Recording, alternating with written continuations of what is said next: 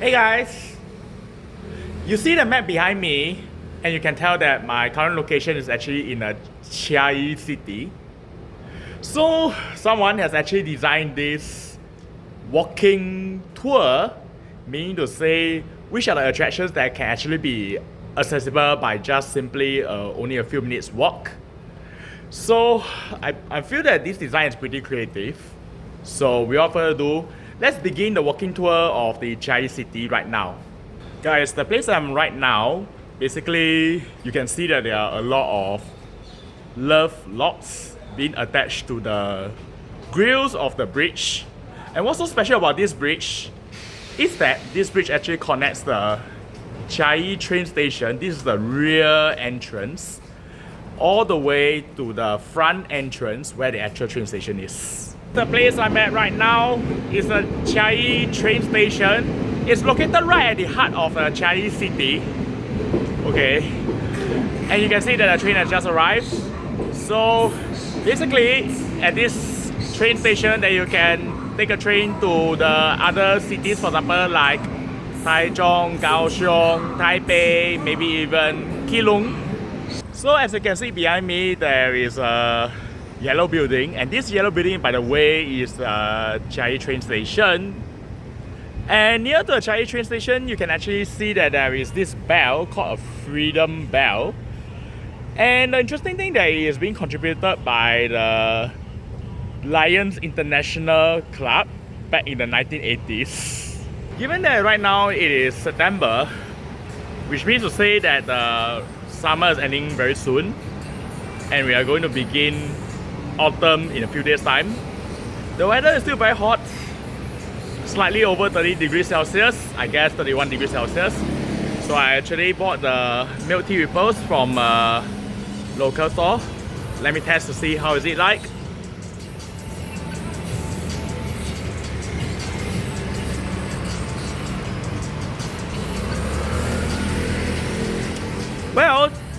Well, the damage is 55 Taiwanese dollars. That is about slightly over 2 Singapore dollars. I should say that this quality is, although I can't really taste much of a flavor, okay, but the important thing that the temperature is cold enough, okay, but it's good to quench the thirst. I also want to point out something interesting that I saw behind me, okay. There is this bank in Taiwan called the Land Bank, followed by an advertisement which says that, okay, the Land Bank helps you to pay for the, let's say for applicants who want to apply for a house, you can take a loan from this bank called Land Bank. Well, this sounds pretty cool, right? First time I ever heard a land bank. Okay, straight ahead you can see there are consecutive milk tea or beverage stores. Okay, all these brands I never heard before. So far what I've observed is that surrounding me that there are basically a lot of shop houses. So Chiayi is also no exception. But when just now I saw there are the consecutive beverage stores or the consecutive milk tea stores, likely what I'm feeling is that there is actually a local flavor over here. I don't recall seeing these brands like in Taipei. So do let me know if you happen to see any of these milk tea brands in Taipei.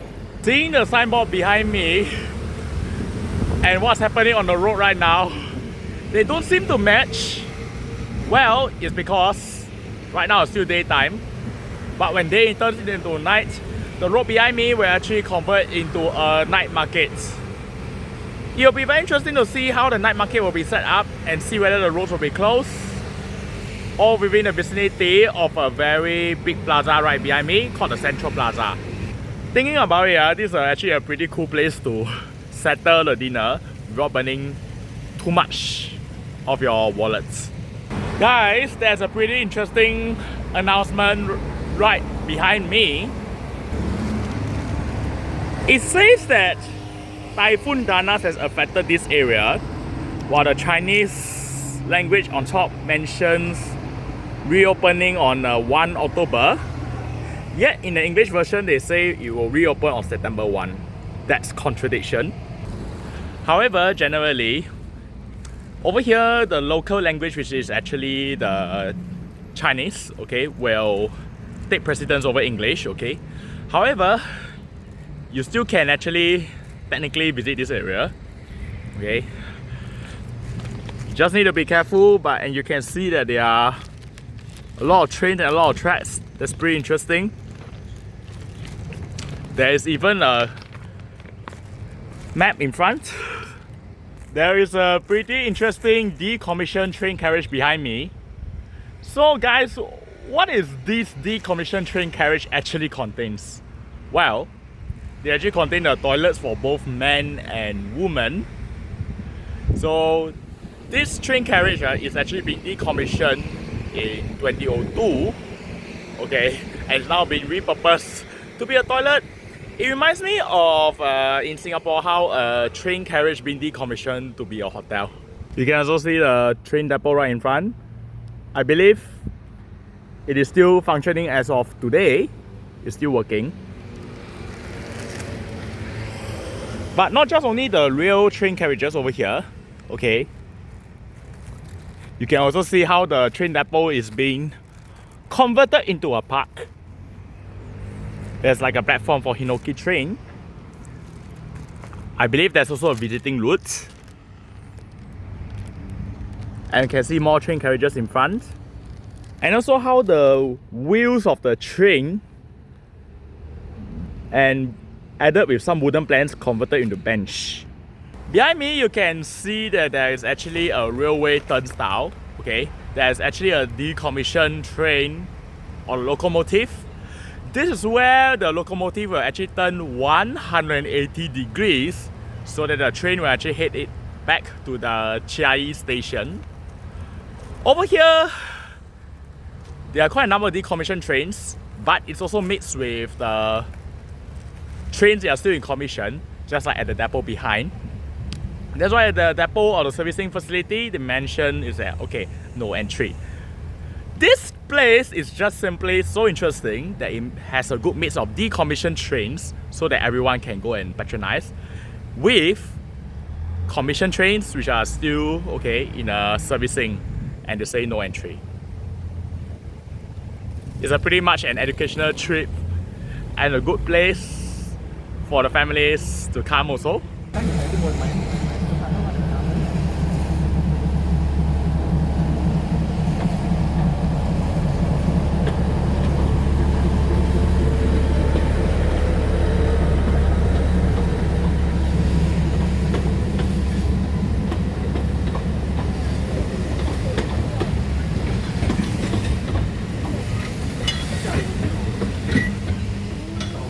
You can see that there's actually a train in operation. Well, you can also see the signage that is actually from Chiayi to the Shijilu, where it's actually near the Alishan. So whenever we talk about Chiayi, and there's one thing that also said to the tourists or to our minds, that is none other than the Alishan National Park, because of its stunning scenery, especially relating to nature. Ladies and gentlemen, this is how Chiayi City at night is like. So basically, even the roads near the train station, okay, you don't see that many cars, but you can see that there are actually quite a number of shops, especially those selling food and beverages that are open. Okay, so guys, these are the stuff that I actually bought for dinner, okay. So actually I bought the 2 TX, and the TX is actually surprisingly cheap here, one for 10 Taiwanese dollars. So I buy 2 of them is 20 Taiwanese dollars, less than the Singapore dollar when being converted. Then I also bought an 8 tart for 45 Taiwanese dollars, and then also the braised meat rice for 40 Taiwanese dollars. Lastly, the watermelon milk for 70 Taiwanese dollars.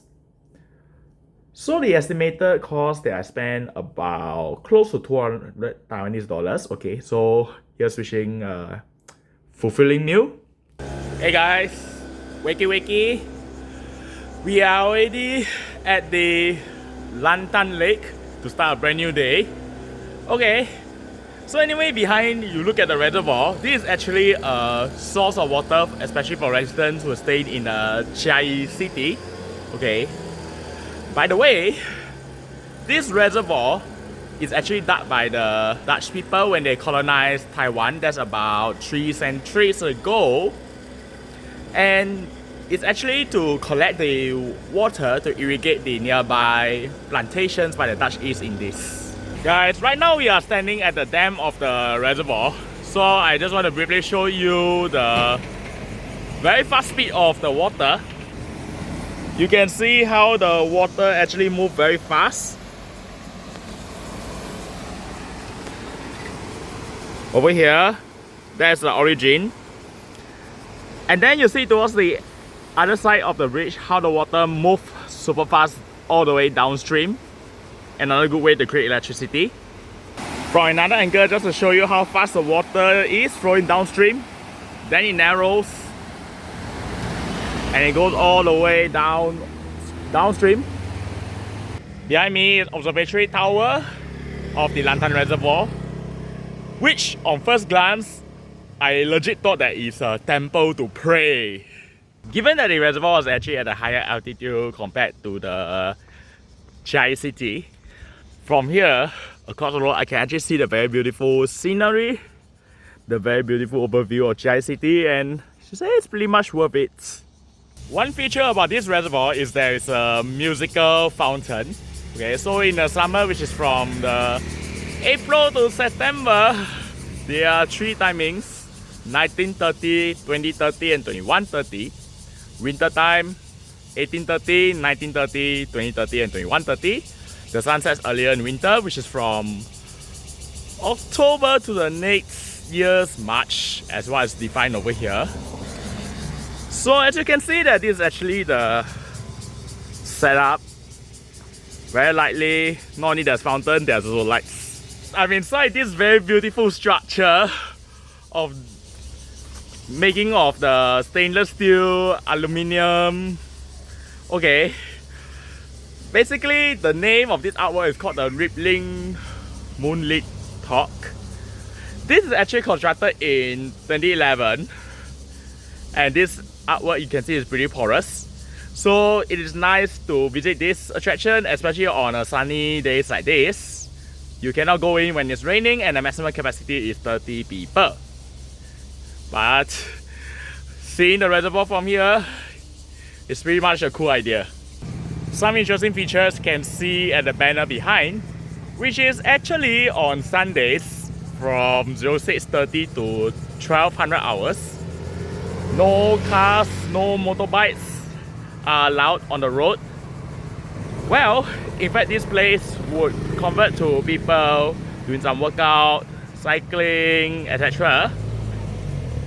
Which I think is a pretty cool feature. We come to our next destination, which is Chiayi Park. Basically in Chiayi Park, that not only is a park full of playgrounds, but it's also a temple. There are also pavilions. And most importantly, behind me, there's another attraction called Chiayi Tower, or the Sun Shooting Tower. Here say that above the tower, you can actually see a good scenery of Chiayi, so without further ado, let's go! Guys, so right now we are in the lift, going to the level 10.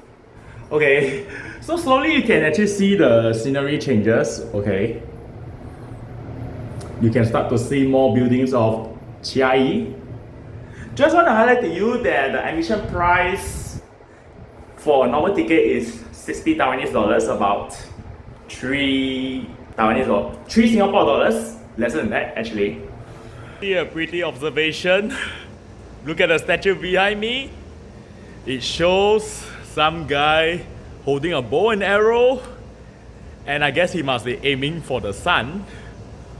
Which is why another name of this tower is called the Shooting Sun Tower. Okay, I guess it must be inspired by the Chinese folk story of the Hou Yi Se Yang. If I remember correctly, this guy shoot down 9 suns in total, so that the earth become way cooler again.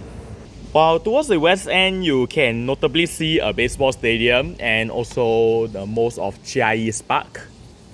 The rest, they are more of buildings, and on the other side is totally different. You can mostly see forested plantations, as you can see the hills in the distance.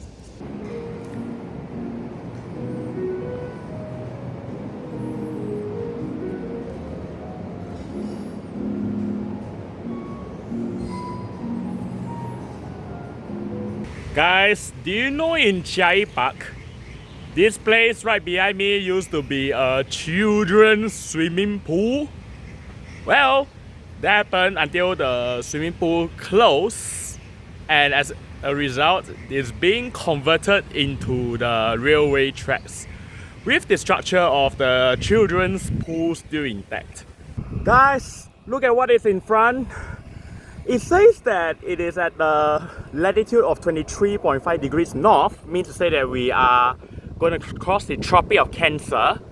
The statue behind me is actually what we call it as the Tropic of Cancer marker, and behind is being a 5th generation. So maybe I just want to share with you an interesting story, okay? The first generation, as you can see right behind me, I believe on the leftmost, constructed to celebrate the opening of the Taiwan railway line, which is just right behind this park.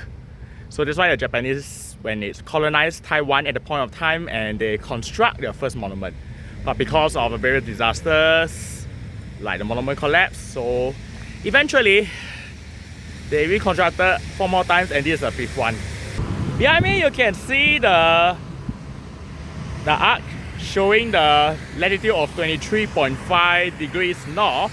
So behind the red arch is actually the Tropic of Cancer. So just nice that when I crossed this border just now, and it's really excited because technically I'm right now at the south part of the Tropic of Cancer. You can actually see there's like a science center behind me, and nearby there are also like important markers, okay? Then you can also see that the rocket by the United States, and I believe that there are also places for the children, like playgrounds, to find entertainment also.